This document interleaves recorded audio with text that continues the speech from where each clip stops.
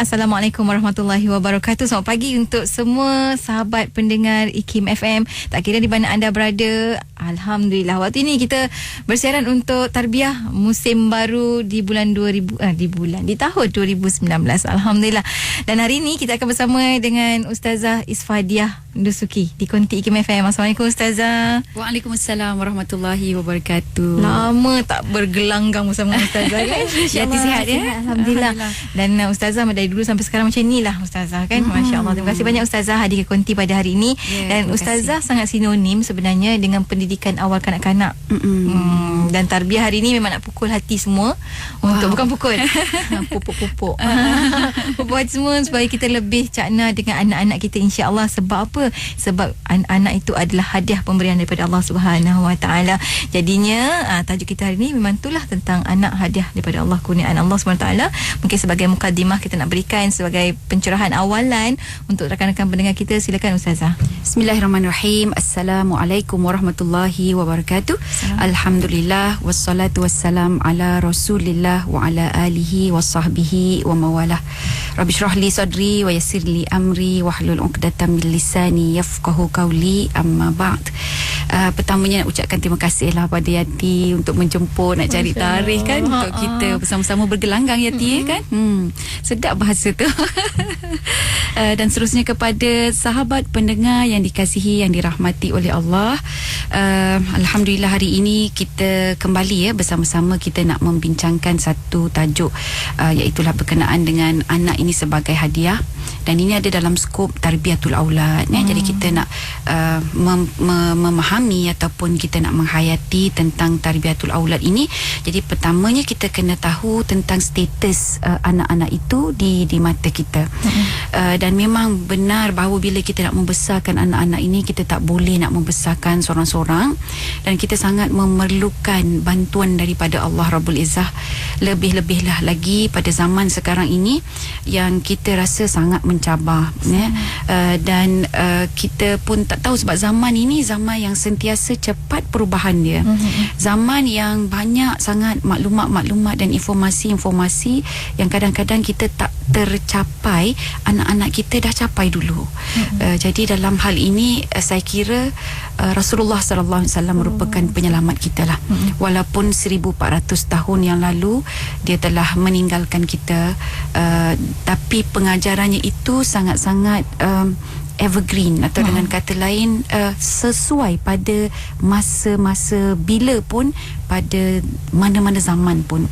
Dan kalaulah kita rasa kita susah membesarkan anak-anak, zaman jahiliah, zaman di mana Nabi berjuang untuk menegakkan Islam, lagilah payah.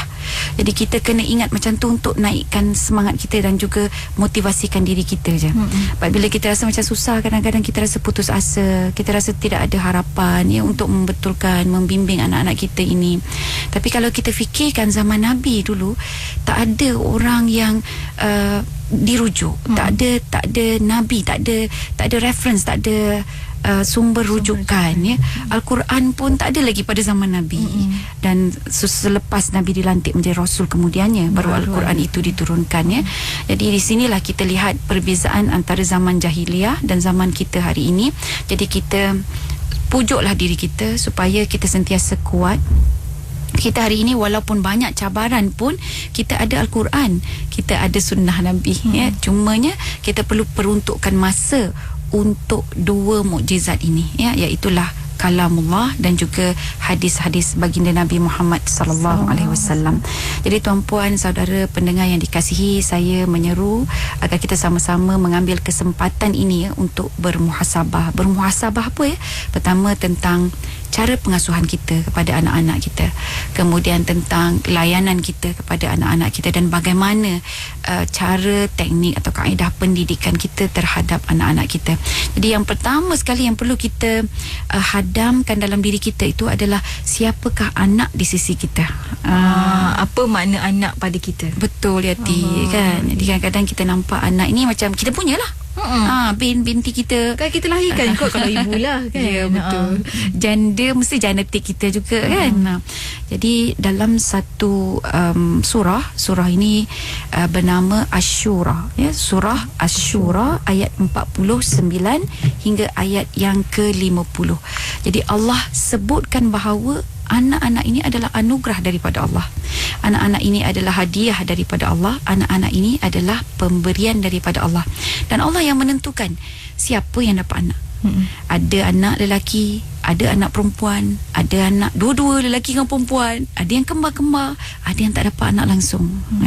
Jadi ini semua adalah penentuan daripada Allah. Cantiknya ayat Al-Quran ini, saudara pendengar yang dikasihi, saya akan bacakan dan kemudian saya akan bacakan terjemahan dia, dan kemudiannya kita nak menghayati apakah pengajaran daripada ayat ini, dan kemudian kita jadikan prinsip hidup kita, kita jadikan amalan kita, jadikan pegangan kita. Sebab rupa-rupanya kan Yati, Masya Allah, ayat-ayat parenting ni, ilmu-ilmu parenting ke ibu bapa ini banyak dalam Al-Quran. Dan bila kita study, kita guna kacamata parenting, bila membaca Al-Quran, seolah-olah kita nak kata bahawa Al-Quran ini adalah buku parenting. Macam tu. Panduan untuk mendidik. Panduan untuk mendidik. Daripada surah Al-Baqarahnya ada, daripada kalimah menyusukan dan sebagainya, syura, perbincangan tu suami isteri kan, antara ibu dengan ayah, nak menghentikan susuan anak, perlu dibincangkan terlebih dahulu. Sebegitu. Jadi kita rasa macam bahawa beruntungnya kita, Allah telah memberikan kita satu panduan yang sangat hebat, ya, kalam Allah, dan baginda sallallahu alaihi wasallam pula telah menjelmakannya di dalam hidupnya. Jadi kita mempunyai teladan yang boleh kita ikuti, yang boleh kita dengar ceritanya, dan kemudian kita contohi. Mungkin kalau Al-Quran ni kita rasa macam masya-Allah, kalam Allah ni tinggilah kot, teori lah rasanya gitu kan. Tapi jangan lupa Allah dengan maha kasihnya itu, maha hebatnya kasih sayang Allah, dia kirimkan hadiah pula, bukan berupa anak kita tu hadiah lah kan, tapi Nabi Muhammad sallallahu alaihi wasallam untuk membimbing kita, ya. Jadi tuan-puan yang dikasihi, saya akan bacakan surah Asy-Syura ayat 49 hingga 50. A'udzubillahi minasyaitonirrajim. Lillahi mulkus samawati wal ard, yakhluqu ma yasha, yahabu liman yasha'u inatha wa yahabu liman yasha'u dhukur aw yuzawwijuhum dhukrana wa inatha wa yaj'alu man yasha'u aqima innahu alimun qadir. Yang bermaksud, milik Allah lah kerajaan langit dan bumi. Masya Allah. Allah mulakan dengan apa? Allah mulakan dengan katanya ayat ini bahawa Allah merupakan pemilik bagi kerajaan langit dan kerajaan bumi. Dia menciptakan apa yang dia kehendaki. Dia memberikan anak perempuan kepada sesiapa yang dia kehendaki, dan dia memberikan anak lelaki kepada sesiapa yang dia kehendaki, atau dia menganugerahkan jenis anak lelaki dan perempuan dan menjadikan mandul bagi sesiapa yang dia kehendaki. Dia maha mengetahui lagi maha berkuasa. Wow, subhanallah, ayat ini sangat kuat pada kekeluargaan, sehingga menyebabkan kita terfikir balik, ya. Kita terfikir balik bahawa anak-anak ini dia letak dalam jagaan kita itu rupa-rupanya sebagai pinjaman sahaja daripada Allah, sebab Allah yang memilih kita untuk diberikan hadiah berupa bagaimana. Adakah anak lelaki sahaja, atau anak perempuan sahaja, ataupun anak lelaki dan anak perempuan? Mana kita tahu ada hadiahnya? Betul. Mana hadiahnya? Perkataan hadiah tu mana kan? Dia datang daripada perkataan yahabu liman yasha. Jadi yahabu dia daripada perkataan hibah. Kalau kita tahu hibah, ya. Jadi hibah itu adalah hadiah. Dan Allah ini dia punya sifat adalah Al-Wahhab. Al-Wahhab ni maha pengurnia, maha pemberi, maha kayanya Allah kan. Dia sangat nak memberi, sangat pemurah. Jadi Allah memberikan bagi sesiapa yang dikehendakinya. Jadi daripada yahabu, hibah, ini bermaksud hadiah. Jadi kita nak tahu apa yang kita boleh dapat daripada dua ayat Al-Quran ini. Masya Allah, banyak sangat ayat Quran ini. Dua ayat ni je pun kadang-kadang 1 jam tak habis dah ni, kita nak menggalinya. Tapi betapa besarnya Allah beri pinjaman modal. Subhanallah. Bercakap tentang pinjaman modal, bagaimana ia betul-betul menjadi modal yang kita boleh lipat-lipat ganda jadi untung. Takut-takut kita loring modal pun tak balik modal. Na'udzubillah min zalik. Tapi nak tahu bagaimana caranya, kejap lagi Ustazah akan kongsikan dengan kita. Bagi anda rakan pendengar, jangan ke mana-mana, teruskan bersama kami tentunya hanya di IKIM FM, pilihan utama anda. Institut Kefahaman Islam Malaysia, IKIM FM. Alhamdulillah kita kembali bersiaran waktu ini bersama dengan Ustazah Isfadiah Dusuki di Konti IKIM FM. Masya Allah, baru baca satu ayat Al-Quran, kita dah rasa macam Masya Allah, apa lagi yang nak kita daripada Allah SWT kan. Kurniaan apa lagi yang kita nak dustakan, masya-Allah. Dan hari ini cerita tentang anak itu hadiah. Kita sambung sikit lagi untuk pinjaman modal yang besar yang Allah berikan pada kita ni, Ustazah. Yati, saya tersentuh sangat bila Yati sebut pinjaman modal ni, sebab bila modal ni dia boleh mengakibatkan seseorang itu untung ataupun rugi kan. Jadi itu pertama. Kemudian modal ini kalau kita tak gunakan, dia boleh jadi macam hilang begitu saja. Dan kalau kita gunakan pada jalan yang salah, modal itu akan jadi susut dan kita akan sangat-sangat merugilah ya. Bukan rugi sebab kita berusaha untuk memperniagakannya, tetapi rugi kerana kita menggunakan pada salah tempatnya. Maka kita khianat, kita tidak berlaku amanah dan sebagainya. Jadi cantik sangat bahasa Yati tu menggunakan anak. Hadiah tu adalah modal Maksudnya hadiah yang diberikan oleh Allah pada kita itu bukan sebarang hadiah, tetapi ia adalah juga modal dalam kehidupan kita yang memang sangat cantik. Hadiah Allah ini dia boleh jadi pelaburan kita bila di akhirat kelak. Dia jadi penyelamat kita di akhirat kelak. Kemudian kalau kita ajar anak-anak kita dengan akhlak yang baik, dengan ilmu yang baik, dia akan melindungi kita dan dia memberi syafaat pula kepada kita di hari akhirat kelak. Ya Allah, modal apakah ini, hebatnya modal ini yang Allah berikan kepada kita, dan rugilah kita kalau tidak mengambil berat pada modal yang dikurniakan oleh Allah. Baik tuan-puan, saudara, sahabat pendengar yang dikasihi, kita lihat pula daripada ayat ini, saya nak ambil 4 lah pengajaran ya. Jadi yang pertama tadi, anak-anak itu berupa hadiah daripada Allah, daripada perkataan hibah. Yahabu liman yasha'u inatha, yahabu liman yasha'u dzukura. Bermaksud Allah ini dia menghadiahkan bagi sesiapa yang dia kehendaki anak-anak perempuan. Jadi perkataan hibah itu, anak-anak kita adalah hadiah daripada Allah. Maka Allah pilih siapa yang Allah nak bagi hadiah tersebut ya. Jadi okey, yang pertama kita tahu anak berupa hadiah dari Allah. Yang kedua apa pula? Yang kedua saya petik daripada satu kitab tafsir yang dikarang oleh Imam Ibnu Katsir ya, dalam kitabnya Al-Misbahul Munir fi Tahzib Tafsir Ibnu Katsir. Jadi maksud dia, apakah pengajaran dia? Ibnu Katsir mengatakan bahawa hadiah dan kurniaan Allah ini ada 4 kepelbagaian. Jadi ada 4 kepelbagaian. Jadi yang pertama, anugerah anak perempuan sahaja. Dan kemudian Ibnu Katsir telah memetik ya daripada Al-Baghawi seperti Nabi Lut alaihi salam. Jadi Nabi Lut ini dia mempunyai anak-anak semuanya perempuan. Jadi nabi-nabi kita pun dia mempunyai anak-anak yang pelbagai. Ada yang anak perempuan sahaja. Okay, kita tengok pula ada nabi yang dikurniakan anak lelaki sahaja, sebagaimana yang Allah firmankan wa yahabu liman yasha'u dzukura, dan dia menganugerahkan anak lelaki sahaja. Jadi Al-Baghawi telah memetik Nabi Ibrahim sebagai contoh teladan. Jadi Nabi Ibrahim Al-Khalil alaihissalam ini merupakan seorang bapa yang mempunyai anak lelaki sahaja, iaitulah anak dia yang bernama Nabi Ismail dan juga Nabi Ishak. Jadi kita pun ada sebahagian, berapa orang anak? 20 dia kata. 20 orang anak, berapa lelaki? Semua lelaki. Masya-Allah. Subhanallah. Itu pilihan Allah kan. Dan yang ketiga, atau dianugerahkan dengan anak lelaki dan perempuan. Jadi yang kepelbagaian tadi dah sampai 3 dah. Jadi ada anak lelaki, ada anak perempuan. Macam kita tengok ramai sahabat-sahabat kita, ada anak lelaki, ada anak perempuan. 2 lelaki, 2 perempuan. Pandai ya, bahagi dia sama rata 4. Selang bunga kadang-kadang kan. Selang bunga, selang kumbang. Ada selang bunga, selang kumbang, selang pasu tak ada lagi ya.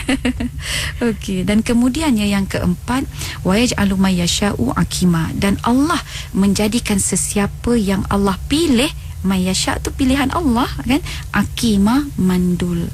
Jadi yang ini Allah yang menentukan. Sebagaimana siapa? Nabi ada tak nabi yang kalau nak sebut mandul tu masa kita macam rasa tak berapa baiklah kan, tapi Allah sebut aqima. Perkataannya maksudnya dia tidak mempunyai keturunan. Siapakah mereka? Nabi Isa alaihi salam dan juga Nabi Yahya. Begitu juga kalau kita tengok ramai lagi sebagaimana wanita-wanita yang wanita teladan, contohnya isteri kepada Firaun, Siti Asia ya. Dan begitu juga dengan Ummul Mukminin kita, Sayyidatina Aisyah radhiyallahu anha. Jadi mereka ini semua adalah insan-insan pilihan Allah. Jadi bila kita lihat kupasan ya ayat 49 dan juga ayat 50 ini, walaupun ringkas ya, tapi muhasabah ni yang paling penting.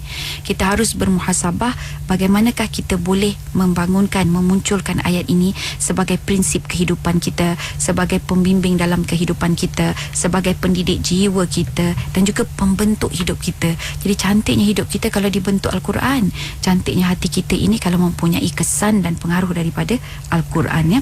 Jadi yang pertama saya nak bagi dua perkara, yang boleh kita ambil muhasabah, iaitu dua cara pandang kita. Jadi bagaimana dengan ayat ini, ayat yang cantik ini boleh menentukan cara kita pandang, pertama kepada siapa? Kepada anak-anak kita.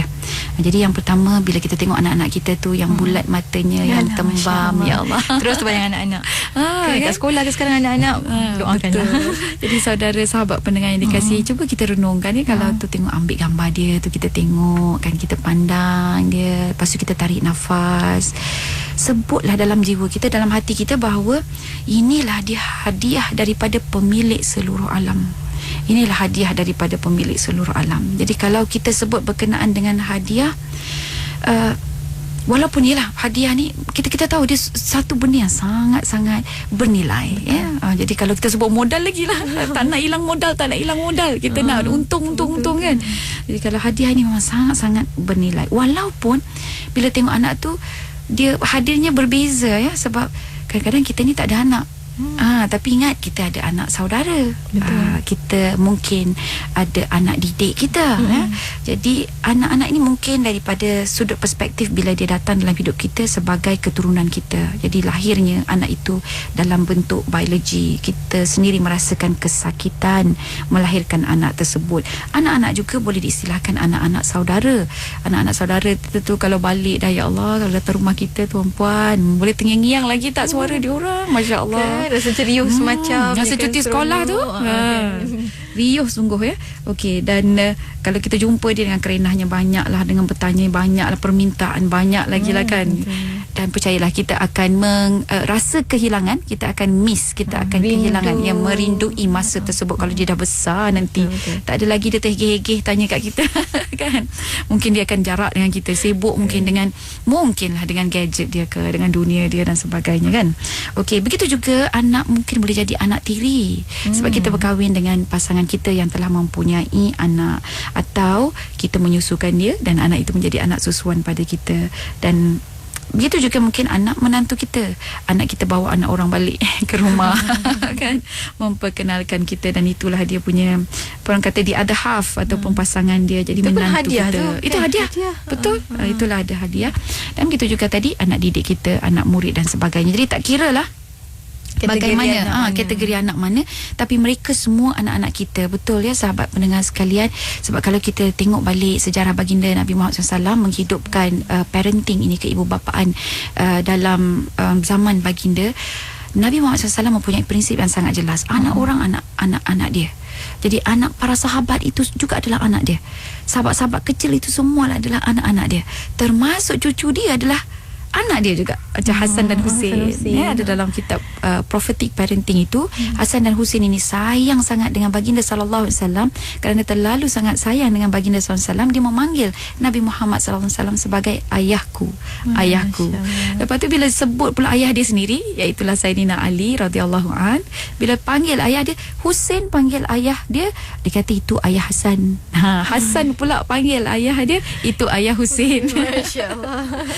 Jadi digelarkan atau disangkutkan ya dengan adik-beradiknya, Masya-Allah. Jadi nak menandakan bahawa baginda Nabi Muhammad sallallahu alaihi wasallam telah berjaya ya dalam mendidik semua anak-anak, walaupun bukan anaknya sendiri. Betul sahabat pendengar, sebab di Madinah Nabi tak ada lagi anak kecil ya. Jadi anak dia semua dah besar-besar. Dan masa di Mekah ya, tapi perjuangan Nabi itu berbeza, dan kita tidak nampak bagaimana parenting Nabi di Mekah terlalu banyak. Jadi yang nampaknya di Madinah, bagaimana Nabi melayan anak kecil dan sebagainya, dan ini semua telah ditinggalkan oleh baginda sallallahu alaihi wasallam sebagai satu warisan yang sangat bernilai buat diri kita. Jadi kalau kita dah tengokkan Yati, bahawa anak-anak itu adalah hadiah bagi kita, bagaimana kita nak melayan hadiah ni? Macam mana kita nak layan macam hadiah? mana kita pegang hadiah tu? Betul. Macam mana kita ni kan, cara kita. Ya, dan contohlah tuan-puan, sahabat pendengar yang dikasihi, saya bagi contoh, kalau kita hadiahkan sesuatu pada suami kita, katalah kita hadiahkan tuala, kan, kita hadiah, sebab tuala dia selalu hilang. Kita hadiahkan dia tuala, tuala yang cantik, yang bersih, kan, yang nampak lebar dia tu, yang sesuai lah, kan. Jadi kita tengok bila dia pegang kita punya hadiah tu, dia simpan, dia guna, cara diuruskan tu, kan. Kemudian dah lepas habis tu disidai elok, kan. Kemudian dilipatnya balik. Lepas tu bila dia basuh tu, dia minta letak wangian sikit biar gebu-gebu begitu, kan. Kita pun rasa macam jealousnya nak tuala dia tu, kan, nak pegang tuala, sebab dia jaga dengan baik, ya. Diciumnya tuala tersebut, kan. Dia cium tuala, dia kata mungkinlah nak tunjukkan betapa dia menghargai. Siap puji lagi, lembutnya tuala awak beri. Ya Allah, rasa bunga-bunga hati. Walaupun dia dah simpan berbulan-bulan, tapi dia tetap puji. Macam mana kita rasa, Masya Allah, kan. Hadiah yang kita bagi itu telah dihargai begitu rupa oleh suami kita. Tapi itulah sangat terharu, kan. Kita sangat terharu. Tapi cuba kita bayangkan kalau suami kita ambil tu, dia pergi lap tai kucing. Allah. Lepas tu dia ke mana? Kat tong sampah. Sebab dia buang terus. Betul, dia buang terus. Lepas tu reputlah pula dekat tepi tong sampah itu. Kita nampak. Kena air hujan dengan panasnya lagi. Ya Tuhan. Kecil hati. Kita nampak macam tu, kan. Kita rasa macam susah payah kita pilih tu. Kita pilih dekat supermarket tu berjam lah pula tu, kan. Berdiri lama nak pilih yang cantik tu, kan. Betul, kita beli tu bayar dengan duit sendiri yang simpan dah lama. Aduh, sepandai Yati menambah lagi kedukaan. Betul, kan. Sebab kita ni bila nak bagi pun tunggu masa, berdebar-debar kita nak bagi juga, kan. Bila nak memilih satu hal, bukan kita main nampak pilih beli je. Betul. Sebab kita nak memberi kepada orang yang kita sayang. Dan Masya Allah, inilah dia suatu kita katakan sebagai perbandingan, ya, dengan pemberian Allah Rabbul Izzah kepada kita. Allah menyayangi kita lebih daripada kasih sayang seorang ibu terhadap anaknya. Masya Allah. Kalau begitulah ukuran kasih sayang Allah, bagaimana pula kita hendak dengan kata lain menghargai, ya, apa yang diberikan oleh Allah.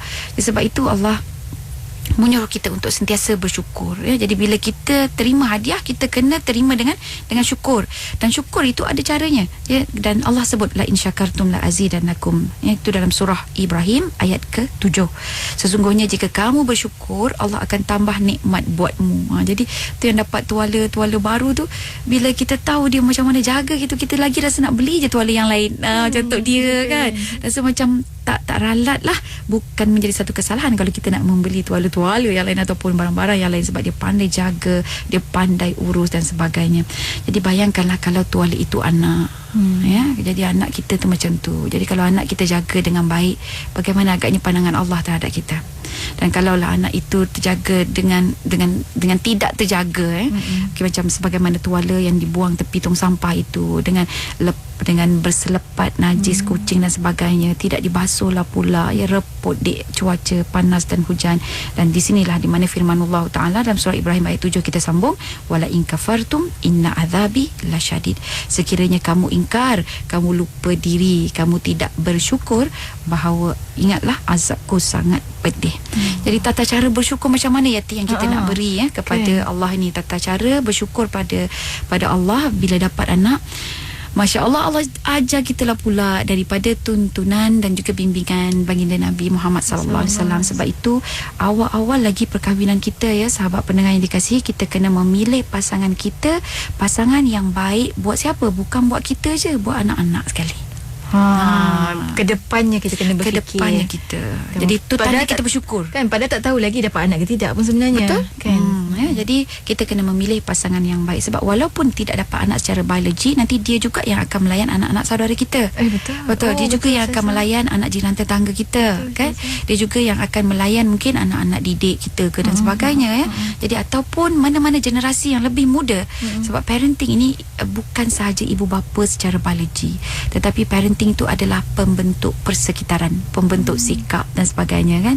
Jadi anak yang mungkin singgah kat rumah, yang tolong hantar buah tamar contohnya nak bulan puasa, kan? Jadi itu juga adalah cara dia melayan, itu juga dia memberi impak dan kesan bekas kepada diri anak tersebut. Jadi itu yang pertama. Jadi bagaimana acuan, begitulah kuihnya, kan? Sebab tu kita kata pakar-pakar, ya, dia sebut insan boleh mempengaruhi seseorang kepimpinan melalui teladan.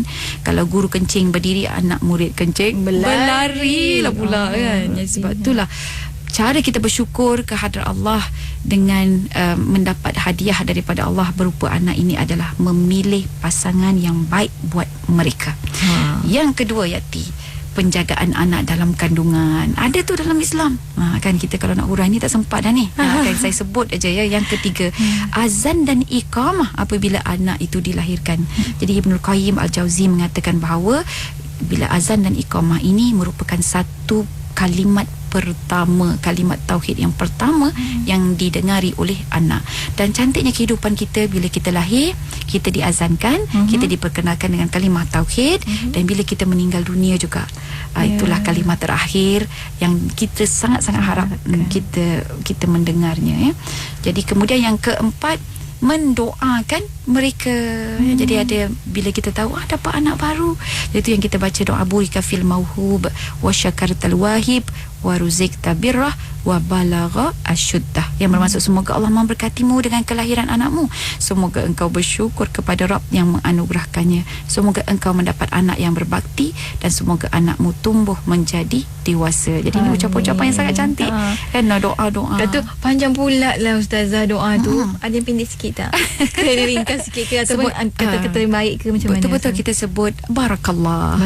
Barakallah tu Allah memberi keberkatan, ya, kepada awak. Jadi itu sebab dia asal daripada burika, daripada perkataan barakah. Allah memberi keberkatan. Burika, diberi keberkatan terhadap yang dianugerahkan.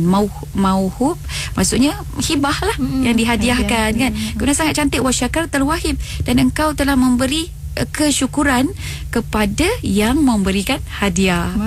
Kan?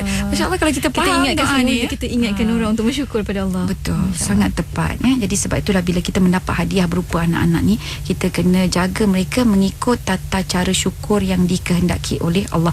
Azan dan iqamah, jangan pula pasang lagu dangdut pasang lagu macam-macam dalam perut lagu dangdut, keluar lagu dangdut. Okey. Dan kemudian seterusnya, menamakan anak tersebut dengan nama yang baik. Kemudian yang keenam, jangan lupa sahabat pendengar, tahnikkan mereka, ya. Jadi kita tahnikkan, yang paling baik ayah dia lah buat. Itu ayah dia yang buat, sebab daripada situ ayah akan rasa, ya, macam mana anak tu hisap jari dia. Kan dia akan rasa hangatnya lidah anak itu menghisap jari dia. Di situ dia ada naluri yang akan timbul. Selalu orang tanya, cakap pasal naluri keibuan.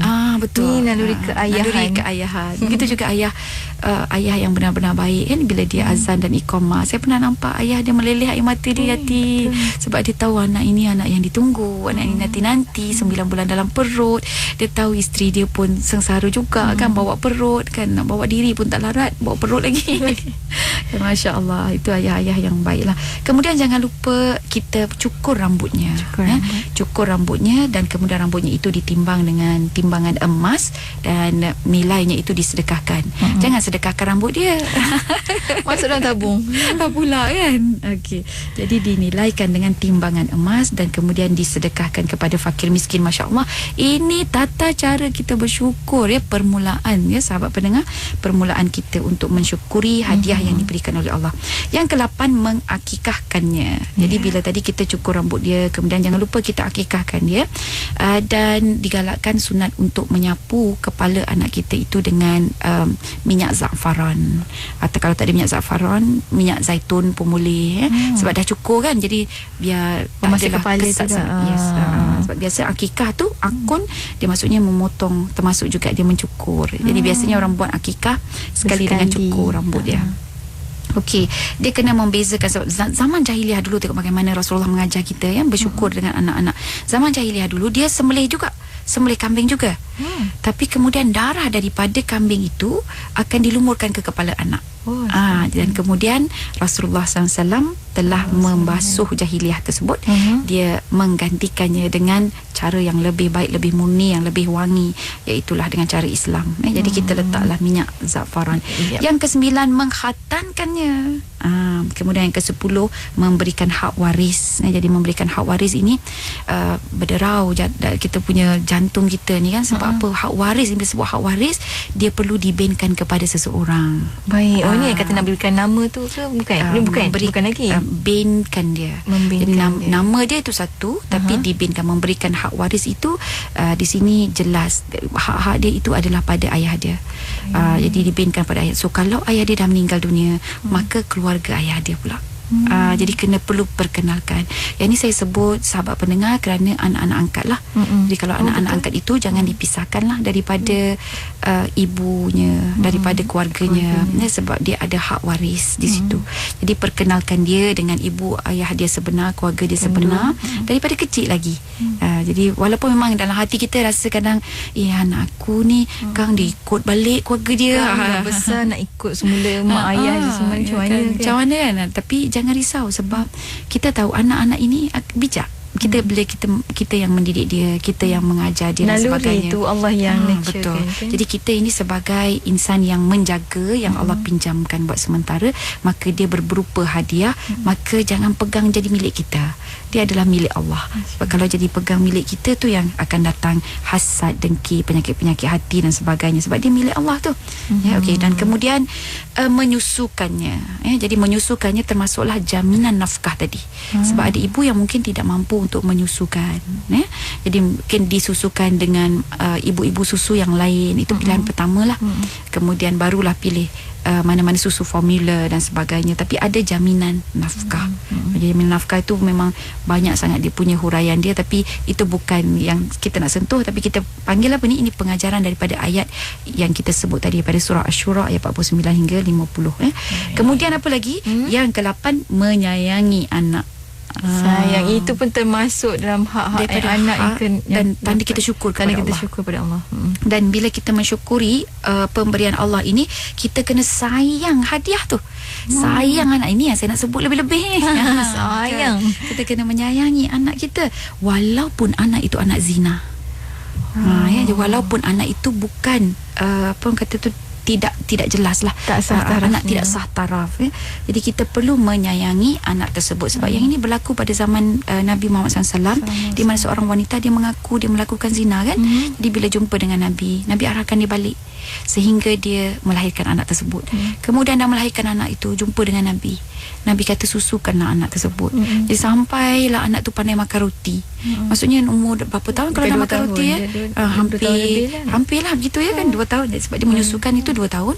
Kemudian mungkinlah kita perkiraan kita sebenar, tapi yang hakikatnya hanya Allah yang tahu. Jadi anak tu dah pandai makan roti, barulah datang kembali. Bila datang kembali, apa yang Nabi lakukan? Nabi telah menyerahkan anak itu kepada seorang yang boleh diamanahkan untuk menjaga anak. Jadi jadikan anak angkat. Dan pastikan masa depan dia, memastikan ada orang yang menyayangi dia, mengasihi dia, membesarkan dia secara sepatutnya, barulah kemudian ibu itu dihukum.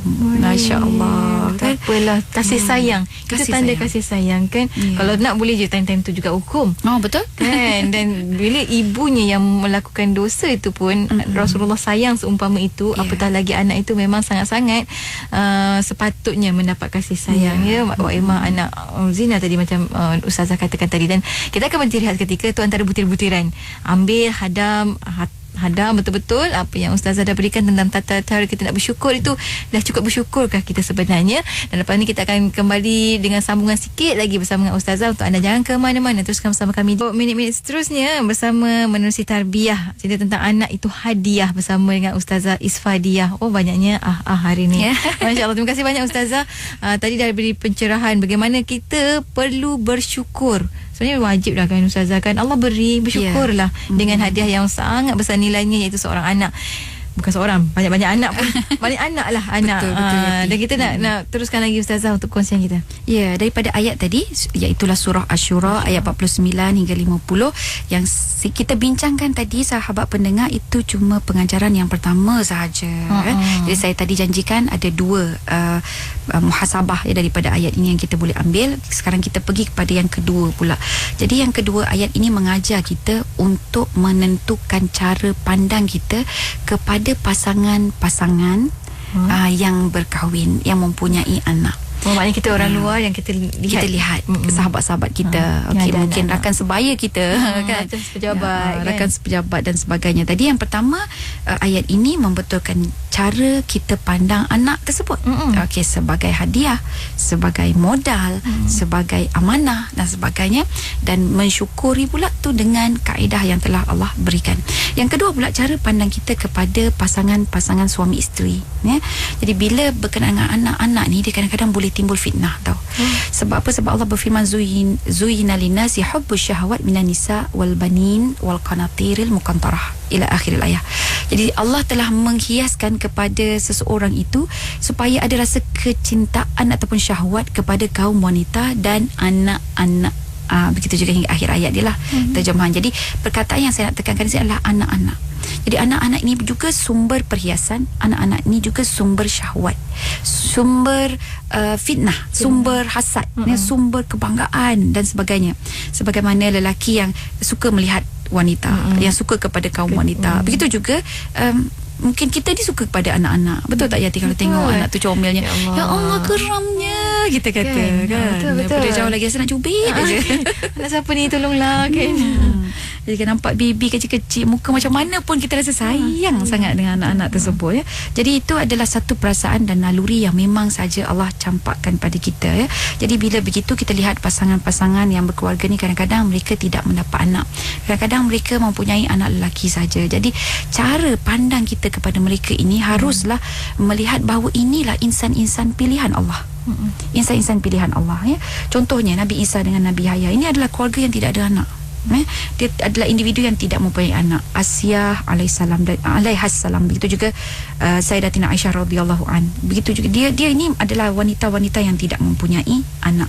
Dan kalau kita lihat juga Nabi Zakaria dan Nabi Ibrahim, mereka ini merupakan pasangan yang lambat dapat anak. Lambat dapat anak. Oh, Nabi Zakaria kan? Ya, Nabi Zakaria dan juga Nabi Ibrahim. Jadi kalau beginilah bentuknya, sebab kadang-kadang dalam masyarakat kita lihat pasangan-pasangan yang dah lama kahwin, 10 tahun kahwin, kadang-kadang 15 tahun kahwin. 3 tahun pun jadilah ustazah. Oh, betul. 3 tahun dah tanya dah. Betul Yati. Ya, 3 tahun je kan. Tak pun kadang 3 bulan. Tak ada anak lagi, kata kan. Tak sangkut, dia kata. Tak lekat dengan macam-macam cara gaya, kan. Jadi nak betulkan cara pandang kita bila kita melihat mereka ini, maka kita kena lihat mereka ini pertama pilihan Allah. Mereka ini adalah insan pilihan Allah. Sampai mungkin 3, 5, 6 tahun tak ada dapat anak lagi, tak payahlah tanya, kau tak berubat ke, kan? Jangan, sebab benda itu macam menghiris perasaan. Dan satu lagi, dia tidak betul dengan cara pandangan Al-Quran, ya. Jadi Allah ajar kita, Allah sebut, ya, dengan suatu benda yang orang kata itu sebagai satu takkid untuk meyakinkan bahawa Allah lah yang memilih. Yahabu lima yasha, kan. Jadi Allah sebut bahawa Allah sendirilah yang menentukan seseorang itu akima wa yaj'alu. Sebab Allah tak sebut yahabu, tapi Allah sebut wa yaj'al. Dialah yang menjadikan seseorang itu mandul. Jadi kalau kita macam pandang lekeh ataupun pandang remeh, pandang sinis,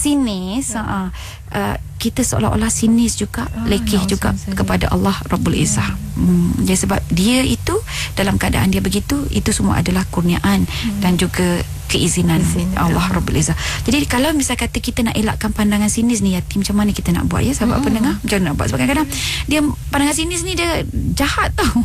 Dia datang tiba-tiba bisikkan dalam kepala kita, dalam hati kita, itulah dia tu dulu kahwin masa belajar. Mula nak membawang tu.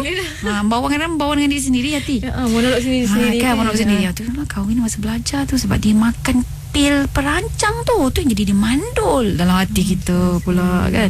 Jadi kita kena istighfar, tuan-puan yang dikasihi, kita betulkan duduk pandang kita. kita lihat mereka pertama sebut saja Masya Allah, dia ini pilihan Allah. Ya. Dan Allah tak pilih kita sebab Allah tahu kita letak di mana lah pula tempat kita. Allah yang paling best dalam memilih. Allah is the best planner. Allah yang the best decision maker. Jadi dia penentu untuk membuat keputusan yang paling baik. Jadi bila kita nampak mereka belum lagi punya anak, jadi ingat kata, ya Allah Tuhanku, mulianya mereka, Engkau telah mengangkat mereka sama darjat dengan Nabi Isa, Masya Allah, sama darjatnya dengan Nabi Yahya. Cara pandang. Jadi kita akan memuliakan mereka. Dan kita tidak rasa bersalah kalau dia menasihati anak kita. Kau tu tak ada anak, tak kan? tahu apa rasa, tak tahu apa rasanya, apa cara, kan kita kadang-kadang mungkin ada cikgu yang begitu kan, cikgu yang tidak ada anak tapi jiwanya mendidik anak-anak itu tidak boleh dinafikan. Betul. Ya, dia punya khidmat baktinya, sumbangan dan pengorbanannya itu sangat tinggi. Saya ramai jumpa cikgu-cikgu yang tidak berkahwin kan, sebab dedikasi dia seolah-olah hidupnya itu diserahkan buat anak watan, untuk anak negara kita. Dan kita juga tengok kalau memang tak ada lagi, kita boleh sebut, ya Allah Tuhanku, sesungguhnya insan di hadapanku ini, pasangan ini telah Engkau angkat sama taraf dengan siapa? Dengan Nabi Zakaria, dengan Nabi Ibrahim, dengan keluarga Imran, makanya sebagai contoh kan. Jadi kalau kita tengok juga banyak cerita-cerita para anbiya salafus salih ini, sebahagian besar mereka ini dia menempuh hidup yang anak tu lambat. Ya, kan, dapat anak lambat. Jadi kenapa kita mesti mempersoalkan pula pasangan-pasangan yang lambat dapat anak, kan? Jadi saya seru kepada para sahabat pendengar semua dan juga pada diri kita, kita betulkan cara pandang kita kepada mereka semua, termasuk yang ada anak lelaki semua yatim. Benda yang sama juga kan. Ada anak perempuan semua pun salah, anak lelaki semua pun salah, tak ada anak pun bermasalah. Siapa yang masalah sebenarnya ni kan? Saya pernah dengar ada orang sound, dia kata, anak 8 semua perempuan, ini banyak tidur ni, dia kata. Astagfirullahalazim. Jadi kita kena betulkan cara pandang kita. Kalau tak nanti kita jadi melalut, dia jadi itu pemikiran mungkin pemikiran zina, pemikiran yang tak apa-apa baik, pemikiran yang kurang bersih kan. Jadi kita kena betulkan caranya adalah dengan Masya Allah, ini insan pilihan Allah. Allah yang pilih dia orang untuk dapat semua anak perempuan. Memang ada cause and effect, memang ada sebab akibat, ya. Tetapi kita perlu belajarlah. Orang kata dengan kita belajarlah, tapi jangan di sini-sini, jangan jadikan bahan sebagai sinis, ya. Sebab anak-anak ini sekali lagi adalah hadiah daripada Allah. Jadi kesimpulannya, Yati, kesimpulannya hari ini, sahabat pendengar yang dikasihi, anak-anak adalah hadiah daripada Allah. Itu yang pertama. Yang kedua, kita belajar dari baginda Rasulullah SAW. Anak orang adalah anak kita juga. Jadi ini sebahagian mungkin rasa macam tak setuju, macam mana ni Ustazah nak nasihatkan dia pun susah kan, anak-anak kita nanti kan kita pula bergaduh dengan mak bapak dia. Sahabat pendengar, insya-Allah kita akan buat perbincangan untuk tajuk itu pada waktu yang lain.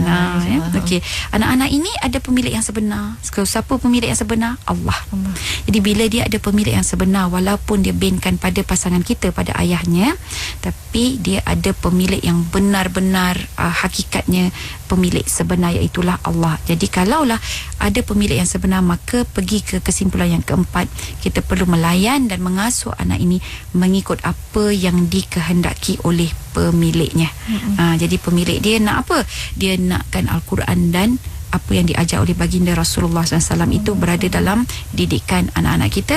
Maka yang kelima, rujukan terbaik bagi kita untuk membesarkan anak-anak kita bukan barat, bukan teori-teori, bukan orang kata tu kata-kata, bukan perasaan, bukan warisan sangat, tetapi yang terbaik adalah yang berpaksikan kepada Al-Quran dan sunnah Nabi Muhammad sallallahu alaihi wasallam. Jadi mudah-mudahan anak-anak kita adalah hadiah yang kita sangat hargai di dunia dan di akhirat nanti. Maka hadiah itu akan menjelma menjadi penyelamat kita kelak dan saksi atas kebaikan dan juga jihad perjuangan kita sebagai ibu bapa, insya-Allah. Insya-Allah. Kalau sekarang kita tengok anak tu kecil-kecil lagi, rasa macam anak tu perlukan kita, tapi jangan lupa satu masa nanti kita yang memerlukan anak-anak sebenarnya. Terima kasih banyak Ustazah untuk perkongsian pesan-pesan dan juga nasihat yang telah diberikan. Semoga kita dapat mengamalkannya, insya-Allah. Terima kasih banyak Ustazah. Sampai bertemu lagi minggu hadapan, insya-Allah, Ustazah. Terima kasih Yati. Assalamualaikum. Waalaikumsalam warahmatullahi.